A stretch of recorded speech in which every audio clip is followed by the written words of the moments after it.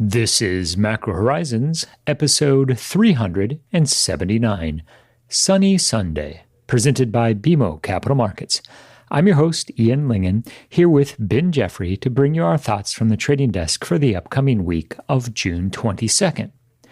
The summer solstice is at hand, that is, the astronomical first day of summer in the Northern Hemisphere.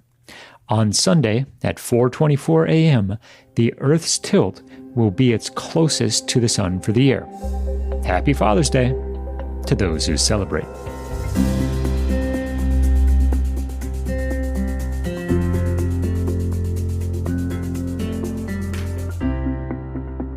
Each week, we offer an updated view on the U.S. rates market and a bad joke or two. But more importantly, the show is centered on responding directly to questions submitted by listeners and clients. We also end each show with our musings on the week ahead. Please feel free to reach out on Bloomberg or email me at ian.lyngen@bmo.com with questions for future episodes. We value your input and hope to keep the show as interactive as possible.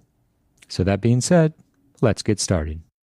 In the week just past, there were two major developments of significance for the U.S. rates market. First was the FOMC meeting. This was Warsh's first meeting as the chair of the FOMC, and there were some pretty dramatic changes made to the statement, most notable of which it was far shorter than had been the case previously. For context, the statement was 130 words, compared with April's statement, which was 341 words, and March, which was 306. This move signals the new chair's stance on communication, specifically delivering a more concise statement and leaving aside forward guidance. The Fed events also included an update of the SEP, which saw the median dot for 2026 revised up to 3.75%, suggesting that the Fed has a modest bias to hike rates this year, as opposed to the assumption at the beginning of the year, which was that rates would be normalized lower over the course of 2026 and 2027. It's also worth highlighting that the long-run dot unexpectedly slipped to 3.06 from 3.12. This implied that while the Fed is committed to fighting inflation in the near term, over the long run, they still continue to view neutral policy rates at roughly 3%.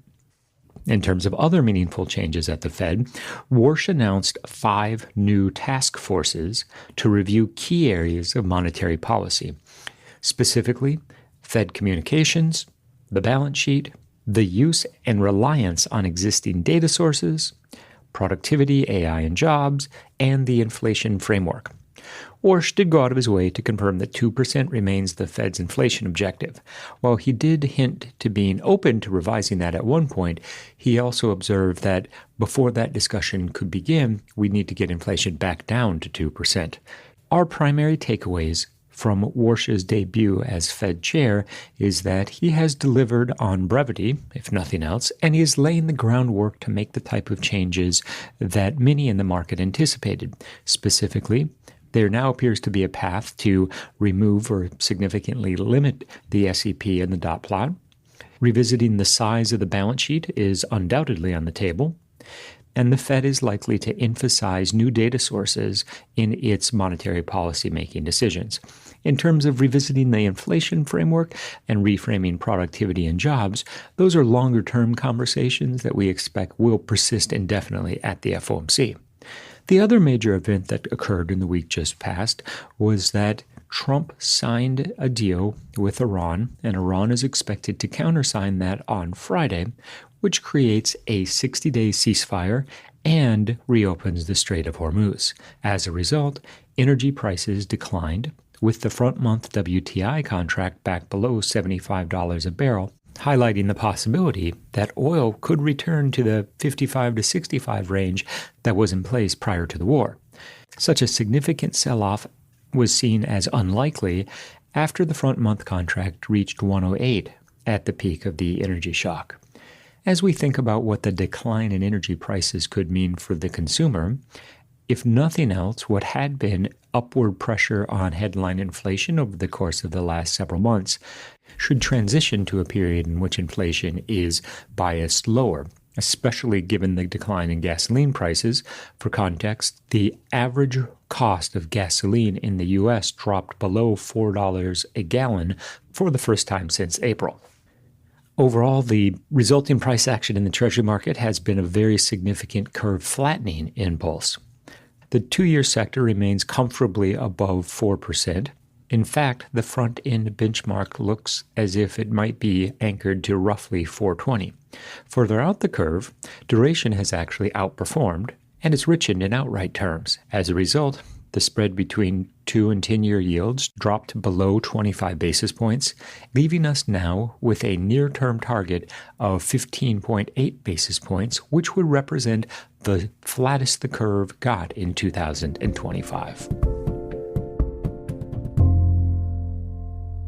Well, Warsh's first Fed meeting is in the books, and we have a monetary policy decision that frankly leaves a lot of the other prevailing themes that have been driving the market over the past several months intact, especially ahead of the long holiday weekend in the US and what feels like increasingly summer trading conditions. The bigger questions around what's going on in the Middle East and the state of the domestic economy remain intact, specifically the Memorandum of Understanding and the framework to get the Strait of Hormuz reopened, the timing of which has been set out at more or less within the next 30 days. However, the realities of lifting the naval blockade, clearing mines, and the other logistics surrounding opening a major shipping channel leave no shortage of uncertainty around when it is exactly we will return to pre-war levels in terms of oil shipments out of the Persian Gulf. But with oil now back not quite to pre-war levels, but certainly far closer to $60 a barrel than $100 a barrel, the market is comfortable taking the MOU at face value, which should help moderate the most severe follow-on inflationary concerns from the energy price spike. However, in the same way that the Fed was reluctant to respond to oil on the way up, we're skeptical that over the medium term we're going to see a reaction from the broader committee from oil on the way down, and that instead will leave a fairly universally strong retail sales print as the most recent data point exemplifying that the domestic economy remains strong and arguably reaccelerating. And it's that reacceleration argument that is really fascinating at this point.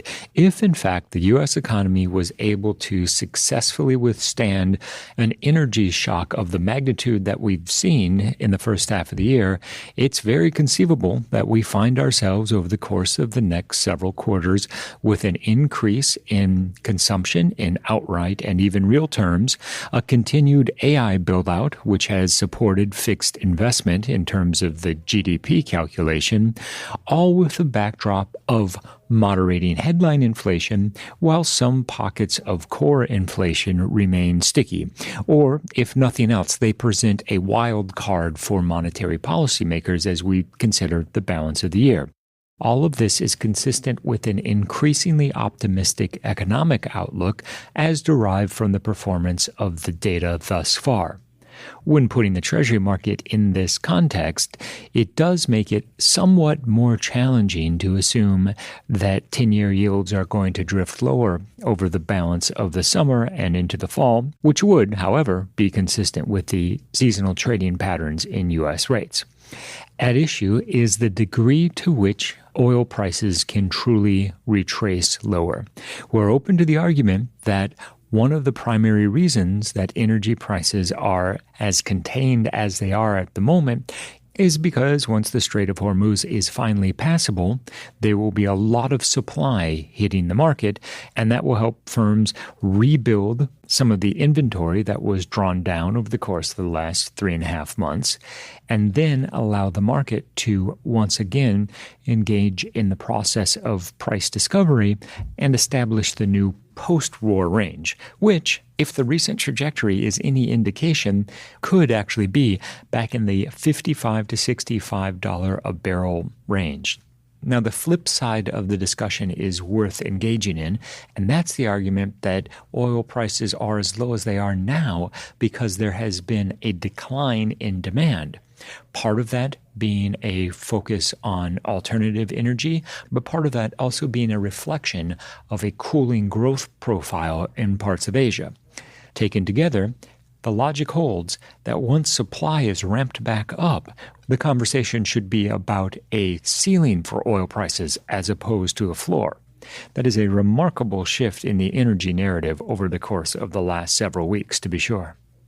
And as the conversation was had in the early days of the war, it's also going to be interesting the extent to which we see a reversal of that negative growth hit as a function of higher oil prices. Said differently, an undoing of the tax on consumption argument and the fact that higher prices at the pump were detracting from spending elsewhere might now instead serve as a tailwind for consumption if in fact we do retrace and then some the entirety of the conflict-driven repricing that we've seen over the past 3 months.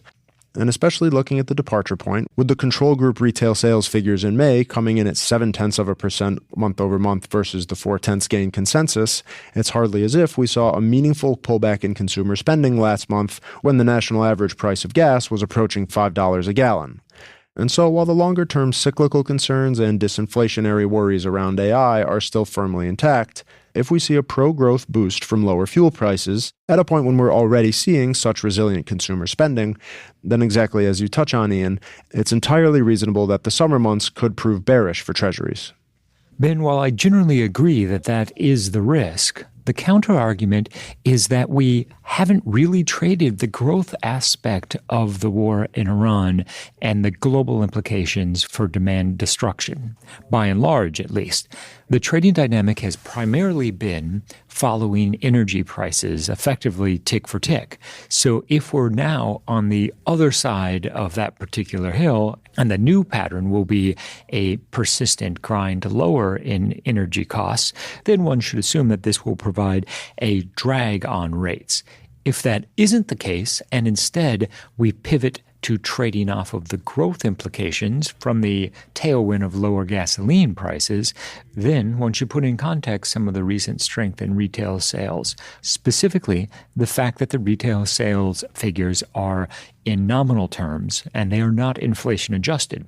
So in a month where headline inflation is running at 5 or 0.6%, when one sees retail sales at a comparable level, we have to then look to the real personal spending figures. For the month of May, that data will be released on Thursday, June 25th, alongside the core PCE numbers for the month of May. On the inflation side, expectations are for core PCE to have increased a high 0.3 or a low 0.4. When we have those numbers in hand, and presumably they come in line with expectations, we will once again see a demonstration of the growing wedge between core CPI and core PCE. We do know that core PCE is the FOMC's favored measure, and so the fact that this divergence persists is somewhat troubling, although ultimately we do expect that core PCE will come back in line with the more benign core CPI figures that we've seen in recent months. Moreover, it's worth highlighting the fact that within the CPI series, the core goods figures actually declined in the month of May. And that's relevant insofar as we're not seeing any clear evidence of pass-through from either tariffs or elevated energy costs into core goods, which is where one would expect that to materialize. So, taking a step back, that help support the case for the further compression of break-evens over the course of the coming months, which will certainly be accelerated in the event that energy prices continue to leak lower. And despite all these reasons that we've articulated why it's not especially likely we're going to see 10-year yields back at 3.50 or 3% anytime soon, it's nonetheless important to consider that the market has also put in a meaningful rally since 10s touched 470 not so long ago. And in fact, even with the upside inflation risks posed by the oil shock and such a resilient labor market and Fed pricing having swung far more hawkishly than was the case to start this year, it's not as if there was a significant risk of 10s probing 5%, nor have we seen 30-year yields been able to trade north of that threshold for very long. And so from an asset allocation point of view, the fact that any time we've seen meaningful bearishness in fixed income and rates break out to new highs, wobbles in the equity market, and more material demand for yields at higher levels still leave us convicted in the expectation that there might be episodes of selling in treasuries, but there's still enough structural demand at higher rates that we're unlikely at the precipice of a bond bear market. And even after the press conference, especially with what we know will be Warsh's longer-running focus on the balance sheet and Besson's concerns about keeping the longer end of the curve away from higher rates, the fact that we have both the new Fed chair and the Treasury Secretary reluctant about pursuing policies that would trigger a resumption of a more material surge toward higher long-end yields over the medium to longer term continues to advocate for a dip-buying bias in 10 and 30-year yields. Briefly returning to the conflict in the Middle East, as the MOU has outlined a 30-day period to reopen the strait, it does beg the question, if it's a 60-day ceasefire, there's 30 days to reopen the strait, and within that same period, the administration wants to begin the conversation about Iran's nuclear program. Are we simply setting up for another ceasefire extension debate at the end of the current one? That certainly does appear to be the case, which leaves us somewhat apprehensive at the notion that we're simply going to find ourselves over the course of the summer months with oil and gas once again flowing through the Strait of Hormuz and the bearish implications for the energy sector that are already being priced in. So really, everyone just wants the summer off. And to SIFMA's credit, they've given us 2 long weekends, effectively back-to-back. After all, no one works on the 26th of June. In the week ahead, the Treasury market will continue to digest the details that came out of the FOMC, and as a setup, the backdrop of the reopening of the Strait of Hormuz, the degree to which investors have confidence that oil will once again be flowing out of the Persian Gulf sooner rather than later, will continue to set the tone for the energy sector and, to a large extent, by extension, define how one should expect the longer end of the yield curve to behave. Clearly, the front end of the curve is simply going to be a function of monetary policy expectations over the course of the next year and a half, and those have been refined via the Fed. From the perspective of the incoming data in the week ahead, we do have the core PCE numbers for the month of May. The consensus is for a 0.3% increase. Either a high 3 or a low 0.4 seems to be the market's operating assumption. Perhaps more importantly, we'll be watching personal income. Recall that in April, personal income was flat during that month, which suggests that the impulse from tax refunds and the fiscal upside for the consumer, at least, was exhausted in the first quarter, which then begs the question, in the event that consumers are going to be able to continue to chase prices higher and expand personal consumption, will that come at the cost of savings, or will we see the bottom 2 quartiles continue to struggle to the point that it catches up with the aggregate data? In addition, within the details of the personal spending and income report, we'll be watching real personal spending, as that has the highest correlation with consumption in the GDP report. Recall that real average hourly earnings have been negative for the last 3 months, and at some point one should assume that that flows through to real personal spending. Although, to be fair, that dynamic is yet to materialize during this cycle. Moreover, when we think about the forward path of energy costs, specifically gasoline prices, we could find ourselves shifting into a dynamic where higher headline inflation had been weighing on real purchasing power to the flip side, when nominal wage gains are more than keeping pace with realized inflation. That would simply represent a reversal of the dynamic that has been in place as a function of the energy shock. Again, a lot of this is predicated on a true reopening of the Strait of Hormuz that then allows energy prices to once again settle back into the pre-war range.